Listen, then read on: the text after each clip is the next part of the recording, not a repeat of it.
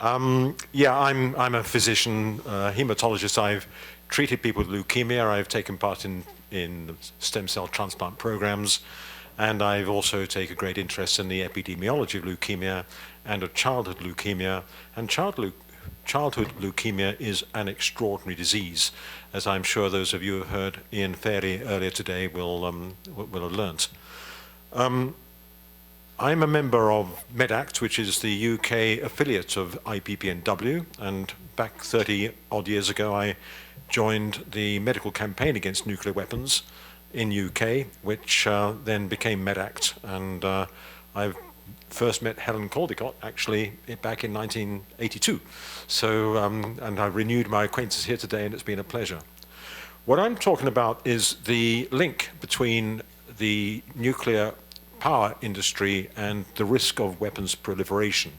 And this is not so much obviously in the context of US or even UK. UK has 100 tons of weapons-grade plutonium stored away, mostly at Sellafield, and we could make 20,000 Nagasaki equivalents really quite readily if we needed to, if we wanted to. But it's the proliferation risk associated with those countries that have been assisted in getting what's called atomic assistance, assisted in having civil nuclear power programs. And there are something like 31 of those countries. And they include all sorts like Canada, who is not nuclear weapons, but who are well advanced in nuclear technology, through to the problem states. Why are we concerned about Iran? That's the question that really lies behind the subject of this presentation. So there, recently there have been two books. Matthew Furman produced this book in 2014, on the one on the, sorry, in 2012, that's the one on the right. That's called Atomic Assistance. And the other one, which is really interesting because it comes from the US War College, edited by Henry Sokolsky, and it really encapsulates the schizophrenic mind in the American War College, because we can get astonishingly good information from these people in our cause. I was really surprised to find this. But anyway, it's there. And if we look at what the summary of that 2014 book, edited by Sokolsky, what it says. Well, it says, I'll just basically read through these points. It says that this is the orthodox military approach as summarized by the American War College in Henry Sokolsky's words, with which he doesn't agree, by the way, about the whole philosophy of nuclear weapons and their relationship to nuclear power. Nuclear weapon proliferation is manageable. That's what they say. Nations getting civil nuclear power plants should not make their own fuel. That's like Iran. We don't want Iran to make its own nuclear fuel. Future power plants can be made proliferation resistant by strengthening the IAEA. And this is the real killer, literally. Although several countries will get nuclear weapons, this will not matter because they are not useful. Nuclear weapons are not useful except to deter use. This is the crazy schizophrenic thinking, which we can easily accomplish. Now that word manageable is interesting. It doesn't mean to say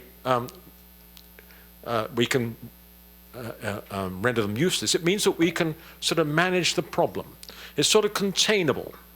And if it doesn't quite work, it doesn't really matter because they will never be used. That's the sort of thinking. And Sokolsky's own analysis of this is that they are not manageable. There's a constant risk of diverting civil atoms for peace, as it's sometimes called, for making weapons. The IAEA safeguards, and I'm going to talk about this a bit more detail, can only go so far. They are very limited. Effective action against violators can never be guaranteed. Look where India and Pakistan are now. They are violating, but are they being disciplined? Far from it. The costs of nuclear power has never been and never will be justified. That we can agree with. The world not only does not need nuclear power, but it would be better off with no nuclear power plants. This is Sokolsky's viewpoint. Okay. there is no logical justification for possessing nuclear weapons. What he's saying is possession will always matter. And Helen Caldicott has also said this: human frailty means that nuclear war is inevitable while nuclear weapons exist. And I think that really is a driver. While they are there, there's a risk that they'll be used. To go outside the slides, for example, the concern about Russia and Ukraine and all that sort of stuff, while they are there, they're going to be used. The most frightening talk I've had recently, opinion within the last month, is what about IS, the Islamic State in Iraq, Syria? Now, the IS is not just a bunch of jihadists who are willing to commit suicide to enter paradise early. The heart of IS are army generals, members of the Ba'ath Party of Iraq and Syria, who know how to organize things. So I asked the question, what would happen if these well-organized generals who know how to fight battles, and by the way, the retreat from Tikrit was predicted in advance, that was not a great victorious march in, they just withdrew. Yeah. So consequently, what would happen if these good generals got nuclear weapons? And the room, when I asked that question, there was an intake of horrific breath. The answer was, and this is from a good expert, they're unlikely to, unless Pakistan somehow is linked in. So one of our arguments against nuclear weapons being useless against terrorists is beginning to crumble. We really must be aware of that. So consequently, the quicker we get rid of them, the less available they are, the safer the world will be. So I just wanted to add that particular element to this discussion.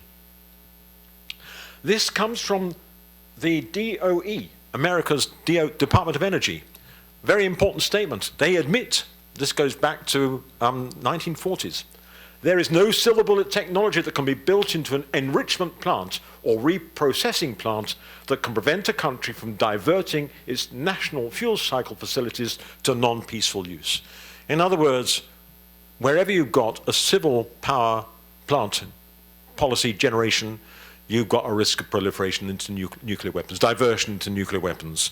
So UK, America, the P5 don't matter. We're talking about the other 26 countries that have got nuclear power programs. And the material is there available. So why are we worried about Iran? We can ask that question again. Atomic assistance. This is Matthew Furman's book of 2012, and Matthew Furman also contributed a chapter to the Sokolsky book. This is where he links the dual use. Despite concerns about proliferation, nuclear states they're quite cynical. Those countries that do donate, assist other countries to get civil nuclear power are absolutely cynical in doing so. They have regularly shared technology, materials, and knowledge with others. They use them as economic tools of statecraft. And the nuclear suppliers hope they can reap the benefits of foreign aid without undermining security. In other words, we'll give you nuclear power facilities as long as we can buy your oil. That sort of thing. Okay? And the result is that providing peaceful nuclear assistance inadvertently helps to spread nuclear weapons. And the nuclear supplier nations know that. That's what the cynical bit is. For example, the AA standing for atomic assistance. Cases resulting in weapons programs. Well, we've heard about Iran. This is the days of the Shah. So who started giving civil power to Iran? It was the US in the days of the Shah. Soviets were aiding Libya. Okay, that didn't succeed in getting weapons, but that's Gaddafi. France, Italy, and Brazil were exporting to Iraq up to 1981. And by the way, although we know that the war against Iraq didn't find any nuclear weapons afterwards, there's no doubt that Saddam he had ambitions in that direction. I'm not excusing George Bush and Tony Blair for going into Iraq in 2002, 2003 at all. But nevertheless, Iraq did have nuclear weapons ambitions. Then there's the US cooperation with India last decade after the NPT was signed, and they're not a member of the NPT, India, but that's the American deal. Research, and Matthew Furman's conducted a lot of really well statistically analyzed research on why states considering nuclear weapons programs get atomic assistance. And this is very important. Countries receiving more atomic assistance are more likely to pursue and get the bomb. There is a link. It may be 2 or 3 decades between starting the civil program and then getting the bomb. But we only have to look at this cynical history of India and how they abused Canada in their story of getting nuclear weapons. And when I say more stable states, sorry, let me just carry on. If some of the more stable, when I say more stable states, well, I'm talking about sort of Pakistan, which we may not regard as a very stable state, but back 30 years ago, it was thought to be really under quite good, strict military control with that General Zia al-Haq. You remember him? So it can take 25 years or more before a civil program starts overtly developing weapons. So there is a very clear link at that level. So I haven't quite finished yet. I've got a few more slides, but it's worth just going through these. Countries giving atomic assistance, they give it mostly to further commerce and foster trading relations. That's why they're doing it. Diversion to military use is a recognized risk, but such recognition is sublimated to national interest, the national interest of the donating country. There have been several successful and some unsuccessful diversions, but only one country has genuinely disarmed. That's South Africa. And you can read about that by, de Klerk has written an article in the IPPNW Medact peer-reviewed journal, Medicine, Conflict and Survival, last year. The NPT bargain has been of limited success. We've been hearing about that just recently. But the IAEA is poorly resourced and woefully unprepared for the probable increased workload that will be involved, particularly if there's a new nuclear build. Going on, there's a fundamental flaw in the NPT thinking. The Non-Proliferation Treaty, which is the bedrock of the United Nations Conference of Disarmament process in trying to deal with weapons proliferation, there is a fundamental flaw. And the fundamental flaw, it allows non-nuclear weapons states to receive atomic assistance programs to build nuclear plants. That is the fundamental flaw. In the meantime, the IAEA must be strengthened. And I'll go on a little bit to the IAEA, which was formed in 1957. It's autonomous. It has a board of governors and a general confidence of its members, most of the members of the United Nations, and the IAEA relates to the Non-Proliferation Treaty, reports to the UN General Assembly and to UN Security Council. So it's heavily embedded in the United Nations. It's got 3 missions and priorities. They are incompatible with each other. That's the fundamental thing. Firstly, to promote the peaceful uses of nuclear energy by its member states.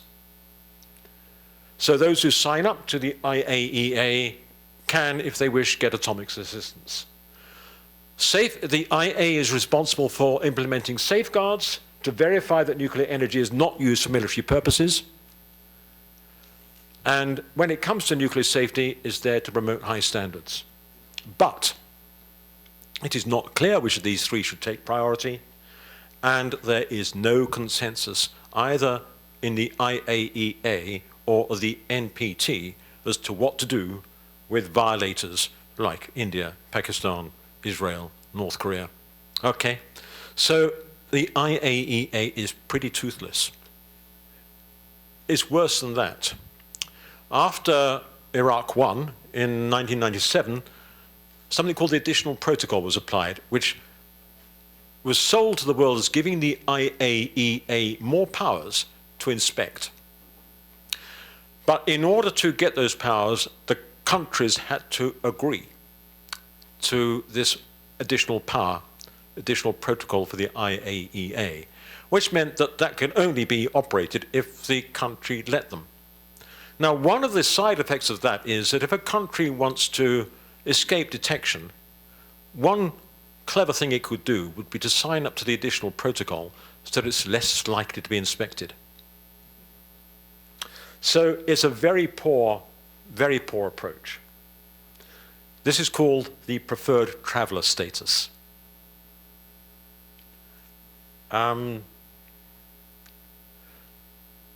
So that's the number of inspections they conducted in 2010, lots of them. That bit in red is very interesting. I probably won't have time to go into that very much, but General Ban Ki-moon visited Semipalatinsk. That's the Soviet testing site in Kazakhstan. In 2012, the IAEA had 1125 facilities under safeguards. By 2030, if there's a new nuclear program, and we're beginning to think there might not be very much, except perhaps in China, there will be even more states to be inspected by the IAEA. But there's not going to get any more money. The United States is mean enough to the UN anyway. It's certainly not going to give more money to empower the IAEA to do more of its work. So they've invented the phrase, we must do more with less without compromising. So they are really stuck up a gum tree, or whatever image you like to use. That's a fairly polite English language way of saying it. But they are really in an impossible situation. So the UN policy is to maintain zero real growth in the budgets for the IAEA, but they've got to inspect more materials with the same staff number, in spite of the 115 countries agreeing to be subjected to the additional protocol. So they've got more work to do with less staff. So that's the way the United Nations and the United States treats its regulatory authority. And it's entirely consistent with an approach that doesn't want to be regulated. And it's not just nuclear weapons, it's the rest of the military-industrial complex, and it's the rest of American industry. I've talked a little bit while networking about the transatlantic trading pathways, and there's a similar one for the Pacific. This is the states negotiating, and it's not at a governmental level, it's at an industrial level, so that the industries are negotiating a change in international law which effectively would reduce regulation of private enterprise. And that includes the nuclear industry, very much so. So, I'm sharing very much Helen Caldicott's analogy here. I was talking to her earlier. We were both going to say the same sort of question. It's been asked several times, why are the states and the nuclear weapons countries, why are they still persisting? Why are they desperately trying to bypass the Non-Proliferation Treaty? The P5 nations, that's the recognized nations, are slowing down the process. We'll see what happens next May. The US and the UK did attend, and China unofficially attended the humanitarian conference in Austria, in Vienna last December. There are various thoughts as to why the United States attended. There does appear to be a sort of bending to the will of the ICAN nations, and I think ICAN's doing a wonderful job. It really is highlighting the need. But the United Kingdom and the United States are past masters of wriggling off the hook. And they are, now I'm being quite cynical, I think they are trying to manipulate the ICAN strategy so that they still don't have to worry. They still have active weapons modernizations programs. They are still prepared to sell nuclear technology overseas. And the danger of that is further proliferation. There's so much more I could say on this, but that's the general risk. While we have nuclear power, we are at risk of getting nuclear weapons. So going back to the main theme of this conference, if we can do away with uranium mining, we can eventually, down a long trail, come to a stage where we are only having to deal with the huge problem of nuclear waste, but not of nuclear weapons proliferation. Thanks very much.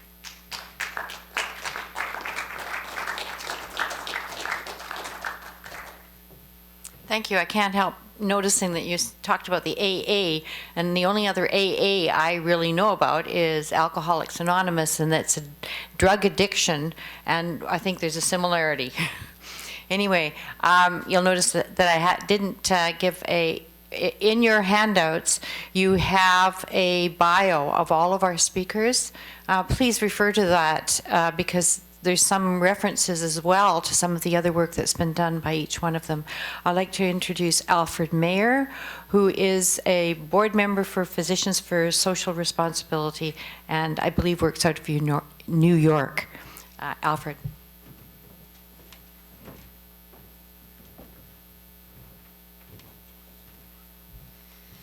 Thank you very much, Dale, and it's a pleasure to be speaking to you today. I want to build upon what Frank just presented, because I think that this is a huge crux of the matter, and I really want to try to have this part of the discussion be the workshop part, where we're going to, as a group, really see if we can come up with ideas about how to deal with this. Because as so many speakers have noted, this is a grave threat to the survival of the Earth and the species. So I just want to repeat what Frank noted, and that is that a fundamental fact is that nuclear reactors produce the materials for nuclear weapons. And so this is the fundamental flaw of the Nuclear Non-Proliferation Treaty, and we're in kind of a catch-22 situation, because that's about the only treaty left to control nuclear materials. So the dual use part, I think it's important to know that there's so much commonality between the nuclear weapons programs and nuclear power programs. I'm talking about the academic programs, the scientific knowledge, and the industrial basis. Now, yes, to design a reactor is a different endeavor than designing a bomb, but there's so much of the underlying capacity that is the same. And this makes me think of nuclear power as a kind of cover story for nuclear weapons. I think that President Obama, to use the case of the United States, which I'm most familiar with, he really, it would not be acceptable publicly for him to go to Congress and say, I need billions of dollars to train new atomic bomb makers. It wouldn't fly. But he can easily go to Congress and say, we're going to solve climate change with nuclear power. Let's have a lot of money for this. And it'll be largely the same programs going on. So this is how it gets covered up. And you know, therefore, we need to be able to address both nuclear weapons and nuclear power. We need to get rid of them both. There is a lot of support for nuclear power for climate change. There's been discussion here too that this just won't do it. So I think that we can dismiss even the new reactor designs that are touted as being the solutions to the waste problem and less proliferation likely, that it's not going to work for us. So the other thing I'd like to note is that just to possess nuclear power or nuclear weapons, even in the absolute best case scenario, if you have no accident, no leaks, no terrorist attacks, no warfare, if everything's as good as it could ever be, that those countries that possess the weapons or power are harming themselves. And we see this from starting with uranium mining, the pollution and the health impacts through the whole nuclear fuel chain make it that there's no free lunch with this nuclear endeavor. And the problem is that not only do we harm ourselves just by having it, but that there are those other risks, and we do have accidents. So these are very, very dangerous things. Frank alluded to the Nuclear Non-Proliferation Treaty as being inherently flawed, that we have the inalienable right in Article 6 that gives states the right to have nuclear power. And in Article 4, of course, it is the signatories, all the nuclear weapon states agreed to get rid of their weapons. And I would like to mention the Marshall Islands Nuclear Zero suit. I'm not holding my breath for this to be the answer, but I think that the Marshall Islanders and the people who are moving this through the international legal processes to try to get a court ruling against possessing nuclear weapons is an admirable goal. And most people I talk to are not terribly enthusiastic about the outcome, but I guess I hold out hope that we still might get a ruling that's somewhat favorable. We had that terrific video about ICANN, and I think that video itself, to me, addresses part of the issue about how do we get the media. I think part of the characteristic of today's world is that we all are media makers. We may not own the New York Times, but if you have a cell phone, you can take photos, you can take videos, you can upload them to YouTube. And I found that video to be particularly moving. And as was noted in that presentation, there's really a terrific enthusiasm building behind this ICANN movement, and it's to ban the bomb. And we're seeing from Oslo to Narit to Vienna a huge growing enthusiasm for this, and it's the non-weapon states that are pushing it. It's again referring to Jody Williams that was in that video about the landmines. It wasn't the countries that had landmines that got rid of them. It was those that didn't have them. And so I think that it's a sound move to really put a lot of energy behind this ICANN effort and to push, to join with the non-nuclear weapon states, to push the nuclear weapon states to do what they've agreed to. And I think that this is having an impact on the United States. The United States did not go to Oslo, they did not go to Narit, and none of the other P5 countries did. But lo and behold, they did go to Vienna. And I think that Frank's comments about them trying to manipulate things are very sage, and definitely I think they are.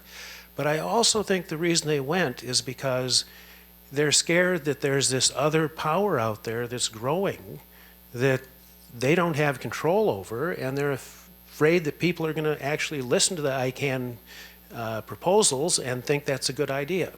So they are trying to get in and meddle. To that effect, recently 2 prominent US officials visited the Pope. You may know that he's come out with a statement against nuclear weapons and calling on the moral imperative for getting rid of them. And Rose Gottmuller, who's the Undersecretary of State for Arms Control, went along with Madeleine Creedon, who's the National Nuclear Security NNSA Principal Deputy Administrator. They both went and met with the Pope. And I think this is because of public pressure. So to me, when I see these things, I think it's showing that we're having an effect. Likewise, just yesterday, the State Department issued a fact sheet on the Nuclear Non-Proliferation Treaty called Myths and Realities. And they're answering 10 points that are brought up. They specifically address the humanitarian campaign. Again, there are 10 points that the ICANN proposal is pushing. Now, I don't agree with their analysis. They say, oh, yes, we care about humanitarian effects. And, you know, their spin on it I don't agree with. But I take great pleasure or great encouragement in the fact that they are actually engaging with the issues that we're bringing up. And I think that we're on the right side of them, and although they will try to manipulate it and try to undermine it, wriggle off the hook, as you said, Frank, that I think we have a very strong case here. So I really think that for nuclear weapons, I really encourage people to support the ICANN effort, if you're from a non-nuclear weapon state, to be sure that your country is supporting this, and for those of us from nuclear weapon states, to push our countries to do this. Now, I think to get rid of the nuclear menace and the uranium mining that goes with it, as I said earlier, we do have to get rid of nuclear power too. And that's a little more dicey issue, I think, for a number of reasons. But I think we need to forge ahead nonetheless. I think doing it on a nation-by-nation basis is a good start. We have the economics on our side. As Michael Schneider pointed out, this is a dying industry. It's having a tough time. It's a 60-year-old technology that can't compete in today's world. And we also have to be clear to elucidate how nuclear power is not the answer to climate change. Even if we said, let's use nuclear power to address climate change, we can't build enough reactors fast enough to make the change that we need. Now, I would like to make a few comments about the UN because I think it's problematic, and I want to offer a suggestion as to how we address it, and then I hope to open up the discussion to ideas from the audience as well. And what I'm going to say, I think, is symbolic of the role that nuclear power and nuclear weapons play, the disproportionate importance that they're given in the world today. As Frank pointed out, the IAEA's mission, IAEA's mission is to promote nuclear technology. I think most people on the street think of the IAEA in terms of their weapons inspections, and you know, it's a good thing to keep an eye on that. But I think it's important to realize that their fundamental mission is to promote nuclear technology. Then we have the World Health Organization, another UN agency, who in 1959 signed an agreement with IAEA, wherein the two agencies agreed that either one would have veto power over anything that the other one said. And I would argue that this greatly diminishes what the World Health Organization can really honestly report about the effects of nuclear power or nuclear activities, because this is contrary to promoting nuclear technology that is IAEA's mission. IAEA, I would note, point out, reports to the Security Council, whereas the World Health Organization and UNSCAR report to the General Assembly. So there's a certain pecking order. UNSCAR, the United Nations Scientific Committee on the Effects of Atomic Radiation, they too there are a lot of interlocking personalities here. And so they in effect become a promoter of nuclear technology as well. They issued a report recently on the health effects of Fukushima and said basically that there are no discernible effects, that and that there won't be any in the future, and that the biggest medical concern is fear, being worried about radiation. So I think with the UN we have our work cut out for us, but I have a suggestion for how to do it or how to approach it, and I think it fits in with the ICANN effort, and that is to address this issue not as an issue of technology and of nuclear issues, but one of human rights. And that we have a human right to a healthy life. And we have a human right to be able to have children that aren't going to be harmed by nuclear materials. And the idea of this is to be able to address come at the UN from a different angle, not get put into the existing nuclear channels that are already tilted against us, but rather to build a strong movement to counteract those forces. And I think, again, the Landmine Treaty is an excellent example of a successful program in this regard. So that's what I wanted to say and kind of what to do about the dual use. I think we need to really just head on take on the nuclear weapons, and I think the ICANN program is something that's here. It's gaining great momentum, And I really encourage people to join this effort and spread the word about it. And I think that we can, as I say, at least on a country-by-country basis, oppose nuclear power. And that, again, as Michael Schneider pointed out, this is a dying industry. Now, I consider it, though, like a wounded animal. It's particularly dangerous in that degraded circumstance. So I would like to encourage those of us in the room to come up. I know one purpose of the workshop here is to come up with a couple of ideas of what we want this conference to yield. So I'd be interested in hearing from you folks what you think about how to proceed from here. Renee? And I think if you should use the microphone so that it'll be on. Thank you. Brene Lloyd from Northwatch. I'm wondering if either of you could comment on nuclear reactors as nuclear bomb. It's in a stall now, but we had very recently, a few years ago, a new proposal brought forward for additional reactors in Ontario. And the proposal is brought forward by Ontario Power Generation, and the way they addressed the threat from malevolent acts was so superficial it was useless. And I don't think we've really found the place in which we can really take that discussion. And I think it's an important discussion, but I don't know where to take it. So I wonder if either of you have any thoughts on how we connect that to the discussions that are more directly focused on weapons and proliferation, and bring that risk of reactor as bomb into that.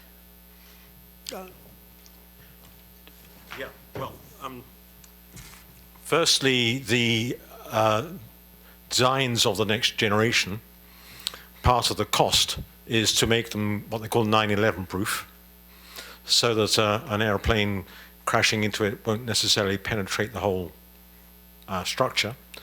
So that's one thing. However, it's not so much 9/11 proof, but it would be nuclear weapon proof. In other words, a nuclear power plant is a good target because it is a double whammy.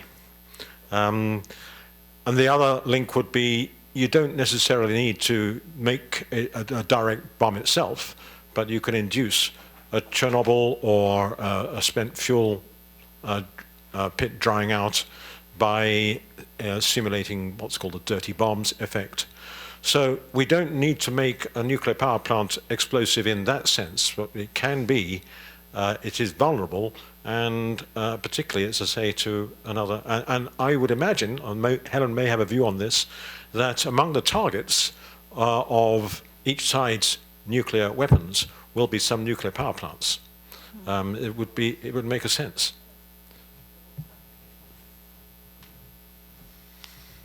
Well, thank you for that question. There is the concept of a nuclear power plant as being a pre-deployed nuclear weapon. Mm-hmm. You know, you don't have to get the weapon to the country, the weapon's already in the country.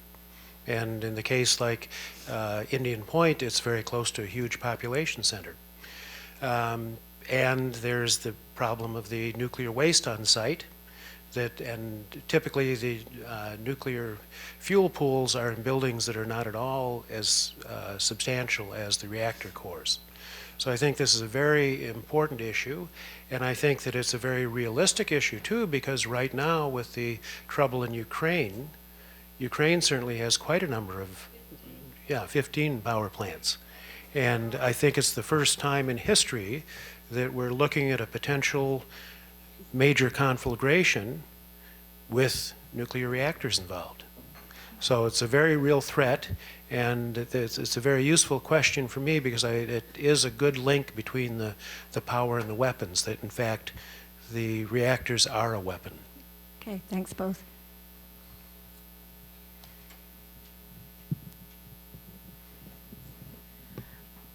Well, now she has started that line of thinking that nuclear stations are nuclear bombs. Oh, can you hear me? When you're in the microphone. Hello, are you there? Yeah, but you have to speak in the microphone. Very close to the microphone. All right. The way I look at it in my book, I see Fukushima as a stationary nuclear bomb. That's how I present Fukushima. Because it's stationary and it's bombarding us all the time. So even that concept we should be aware that we are at nuclear war with Fukushima bombarding us all the time. Think of it that way. I mean, anyway, I just wanted to throw that in. Well, I would agree with you. I oftentimes describe Fukushima as a slow motion atomic bombing. Okay, same thing. It's just different words, but the concept is same. But the thing is, we are at nuclear war. I mean, a slow one, but we are there. Okay, so having said that, another thing that always bothers me, and I'm sure I mentioned sort of many people before, is why are let's put it, how shall I say, the Anglo heads of state, like Blair and Bush, above international law? Why are they above international law? Why is nobody not taking them to court? Are there no gutsy lawyers left in United States and United Kingdom or anywhere else? Where are the chickens? All the bars in the United States and United Kingdom have chickens? Not a single man, lawyer of repute, get them in court at least? What kind of international law do we have? One that is trumped by nuclear power, by nuclear weapons. I know. And this is why the there are- Marshall Islands suit is so important. I mean, the France, China, Russia, they can do it. Why don't they do it? I mean, it's like we are in a, how should I say, a nuclear mafia of the world. That's the best thing I Right. can say. There is a nuclear mafia of the world, and we don't have a chance to kick their even door with a doorbell or whatever. It is really, I mean, it bothers me that they can go to war, kill a million people, and we can put 2 people in court, any court. What kind of justice system do we have? Well, I think that this is why it's incumbent upon the people to rise up and force the governments to do what's right. And I think that the ICANN video that showed the landmine movement is very illustrative to that point. The nuclear, the states that either have the weapons or want the weapons aren't just going to wake up tomorrow, I don't think, and say, let's get rid of them. Yeah, again, They're going to, we have to make them get rid of them, and they're going to hold on tenaciously to them. It's Again- not an easy thing. I heard just earlier today that India, Pakistan are the big ones, right? Breaking the whatever, NPT and all that. But the NPT guys, the P5, they have been sitting on it for 30 years and doing nothing. They're not following the NPT themselves. How do they expect the members who are, nations who are not members of NPT to follow it? Why should they? I think you've made your point very well. We have other people wanting to talk. Can I I just know, make a brief response? There is a deep malaise in the governance of the United Nations, where you have the permanent veto-casting 5 members of the Security Council, who are basically the victors of the War of 1945, and the world has not moved in governance terms for 70 years. They are in an impregnable situation. I can tell you that any British politician that advocated a reform of the United Nations Security Council such that Britain no longer carried a veto casting vote would be would be committing political suicide. So we are in a world governance situation that is deeply corrupt, and the only people that can actually deal with that are, in fact, the peoples of the world. And that's what ICANN, in a sense, is trying to do. I just have one. I really like the idea of the can-do. My husband's always telling me take off my rose-colored glasses, but I've been saying it since I got here yesterday that you can't fight a negative with a negative. So this can-do, to me, is a positive. And today at one of the workshops, there was on a website where you could fill out and send it to the premier, saying you wanted to get rid of nuclear sites. So back to where I was going with this can-do is, to me, with what's going on with India today and Canada, we have to stop the governments. We're the ones that go and put a check mark in the polling stations. We're the ones that make a difference, and we have to realize that. I know that there's disaster and everything, but we have to, and I'm thinking that's the message you're trying to get across. I would be not entirely sure that would work. And that's partly related to what I was saying earlier. There is a deep malaise in world governance, and the deep malaise is caused by international trade. And that includes the industrial military complex, which actually is so powerful in the US that's unregulated, but we are getting into a state where the world is not ruled by democratic structures, but by corporate governance. The opposition to corporate governance is getting stronger. The opposition to what I know from Europe, the transatlantic trade investment partnerships, that's really stirring up a lot of opposition. There's an analogous thing for the Pacific as well. We as people have to fight at that particular level, and the fighting is not totally impotent, but it's extremely hard work. So we are not actually dealing with nice democratically elected politicians. We are dealing with the deep corruption of greed and fear. And I cannot overemphasize that this is the world we are in. We are in a world that's threatened by climate change, population, overpopulation, resource depletion, coupled with a fantastic increase in communications technology, so that the poorest in the world know and are in a position to envy the richest in the world. And there is deep instability. Not only are we getting climate instability, but we're getting increasing political stability. This makes it more and more urgent to get rid of nuclear weapons, and as I think we're in consensus in this room, to actually put a stop to all the nuclear power industry. That's only getting a little bit of the way there, but at least if we manage to get rid of the world's most dangerous technology and get rid of spent nuclear fuel, which has rightly been described as the most toxic substance on Earth, then we can start turning our attention to the other needs. And the other needs, I do agree with about the human rights. It's so important that we develop a concept of human rights that gets away from the greed and the fear and corruption that is pervading, I think, world psychology now. As Helen says, it's a very male psychology. There is something deeply wrong with the world, and I think Alfred and I are possibly slightly more qualified to say it than others. I would say that the deep malaise is something called testosterone. Thank you, because I really do. There is a deep malaise in the way people think. The world is waiting for the female revolution, and I don't mean the Margaret Thatchers or even perhaps the Hillary Clintons. I'm really meaning the instinctive, caring, nurturing, and rational thinking that needs to come from our womenfolk. And I actually do believe that the future should lie in empowering women, for all sorts of reasons.